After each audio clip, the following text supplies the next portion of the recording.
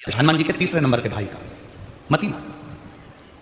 और कहते हैं एक दुर्वा यदि मतिमान के नाम से शंकर भगवान के शिवलिंग पर चढ़ा दी जाए और उसी दुर्वा को वापिस लेकर आया जाए, अंधेरा होने से पहले, सूर्य अस्त होने के पहले, शाम के प्रदोष के पहले यदि उस दुर्वा को उस व्यक्ति को चबा चबा कर खिला दो तो डिप्रेस हो रहा है, डिप्रेशन में है, चिंता में है, टेंशन में है और उसका विवेक काम नहीं कर रहा, बुद्धि स्थिर नहीं हो पा रही है या पढ़ने में मन नहीं लग पा रहा है, तो उसको आप एक दुर्वा मतिमान, हनुमान जी के तीसरे नंबर के भाई मतिमान के नाम से अगर खिला देते हैं तो उसकी बुद्धि केंद्रित होना प्रारंभ हो जाती है और वो डिप्रेस से हटना प्रारंभ हो जाता है, मन स्थिर होने लगता है। मतिमान।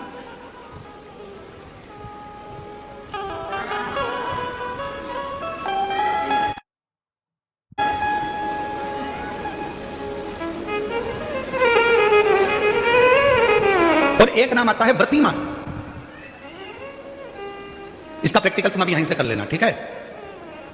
चलते चलते मालूम पड़े तुम्हारी पार्किंग यहां से आधा किलोमीटर दूर है, ठीक है?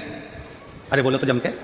आधा किलोमीटर दूर तुम्हारी पार्किंग है और तुम्हारी उम्र लगभग बहुत हो गई, मालूम पड़े तुम थोड़े वृद्ध हो गए हो और तुम्हारा घुटना दुख रहा है, तुम्हारी कमर दुख रही है, चलते चलते बड़ी मुश्किल से तुम कथा स्थल तक पहुंचे हो। अब मन में आ रहा है कि मुझे वापस पार्किंग तक जाना है, कैसे जाऊंगी, पाँव तो दुख रहा है। तो एक काम आज चलते चलते करना कि कहीं सीवर वाला महाराज झूठ तो नहीं बोल रहा है, तो प्रैक्टिकल करके जाना। क्या करोगे? यहां से जाते समय आप जब जा रहे हो और आपके शरीर का कोई अंग जब दुख रहा है तो श्री शिवाय नमस्तुभ्यम कहकर श्री व्रतिमान हनुमान का स्मरण करो। किसका स्मरण करना है?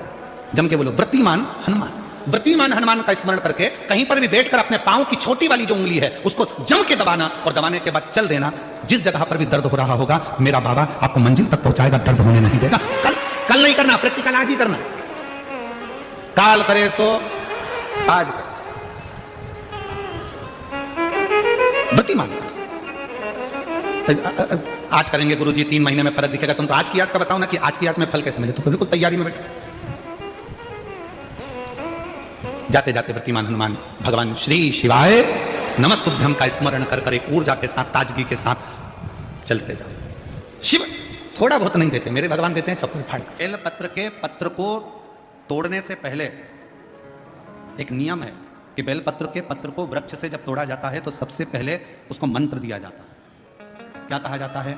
ओम नमः शिवाय। बेल पत्र के पत्र को पेड़ पे से जब तोड़ा जाता है तो ओम नमः शिवाय का नाद किया जाता है। और बेलपत्र के पत्र में, इसमें तो वो नहीं है गूठी, बेलपत्र का जब पत्ता टूटता है तो यहाँ एक गूठी आ जाती है। देखा है आप लोगों ने? जम के तो बोलो, देखा है? तो बेलपत्र के पत्र में जो गूठी होती है उसको भी जब तोड़ा जाता है, उस गूठी को जब अलग किया जाता है तब भी शिव मंत्र उसको दिया जाता है। ओम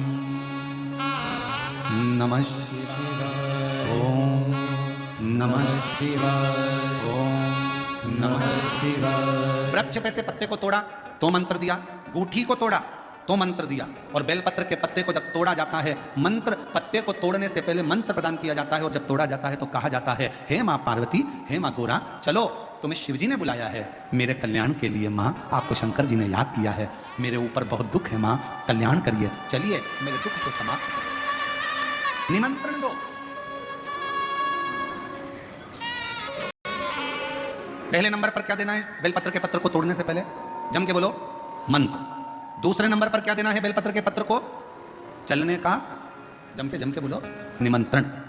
माँ पार्वती जी से कहो, हे माँ गोरा, हे माँ पार्वती, हे माँ चलिए, आपको शिव जी ने याद किया है। माँ, हे माँ पार्वती, हे माँ गोरा, मेरे कल्याण के लिए, मेरे दुख को दूर करने के लिए, मेरी तकलीफों को हरने के लिए, हे माँ गोरा, मेरे कष्ट को समाप्त करने के लिए, माँ गोरा, मेरा भंडार भरने के लिए आपको शिव जी ने याद किया है, निमंत्रण दो।